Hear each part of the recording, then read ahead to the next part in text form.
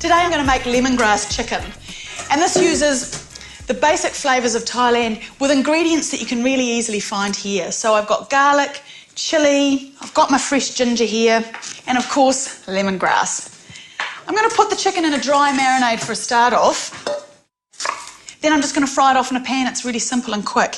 If ever I'm really busy and a little bit short of time to either feed myself or perhaps people who are coming over, this will be a dish that I quite often fall back on. With ginger, it can be a little bit fibrous, so I use this little ginger grater here. You can use an ordinary grater. I love the smell of fresh ginger. It really has a beautiful pungency. Let's get into this garlic. And I call this a dry marinade really simply because it doesn't have a lot of liquid.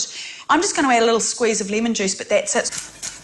You get the flavours imbued into the meat just by chopping up quite a lot of these beautiful herbs and spices. I'm going to chop up my chilli. Sort of tell that these are not hugely hot just by the size of them and the colour. They're just a sort of bright orange rather than a very deep red. They sort of flirt around the surface of your mouth, that sort of heat of these larger chillies. Flirty little things. All right, a nice big red onion. I just want to stir those around a little bit. Oh, that looks fantastic. So what I've got in there is my ginger, my garlic, my chilli and that red onion. And now, the star of the show, the lemongrass.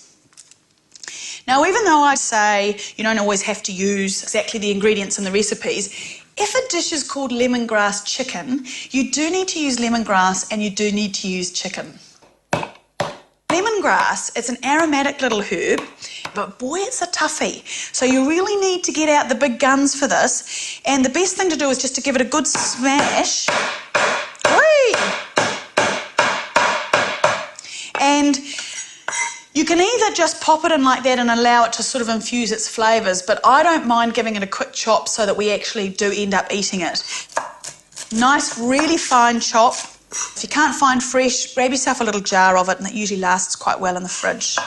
Whenever you are doing a marinade, you do need some sort of acid. That's what helps the flavours penetrate the meat. In this case, I'm using lemon, but that's why you'll always see a vinegar in a marinade or, lime juice. Sometimes wine does the same thing. Now I'm going to grab my chicken thighs, and I'm just going to dice these up. Chicken thighs are beautiful and moist and they're tasty. Got a little bit more fat content in them than some of the other cuts. What that means to me is that this dish, it's great when you first cook it, and it's even better the next day. So in terms of portions, I've used about 2 to 3 thighs per person. One of the things I do notice that when we first start cooking a new recipe, a lot of us are a little bit light on flavour. Really hit it hard with the flavour. So a good dollop of salt in here and a good bit of black pepper. All right, now all I need to do is just pan fry this beautiful chicken and all those herbs off. Now I'm using rice bran oil today because it's got a really clean, neutral flavour. So at this stage, I don't need the chicken to be cooked all the way through, just getting some colour on it. Giving the pan a decent shake. You see sort of chefs doing that all the time.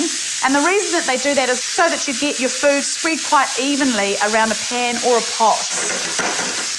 And that's starting to look really gorgeous. It's got that caramelised kind of glossiness around it. And the one thing that's going to really help now is palm sugar. And I've got these beautiful little discs here. And I think I'll use about 2 today. And this is from the coconut palm. And I'm just going to grate around about 2 tablespoons in here. And if you were going to use something as a substitute, brown sugar does the trick. Even white sugar does the trick. But this is particularly good, this palm sugar, because it is a bit more caramelly.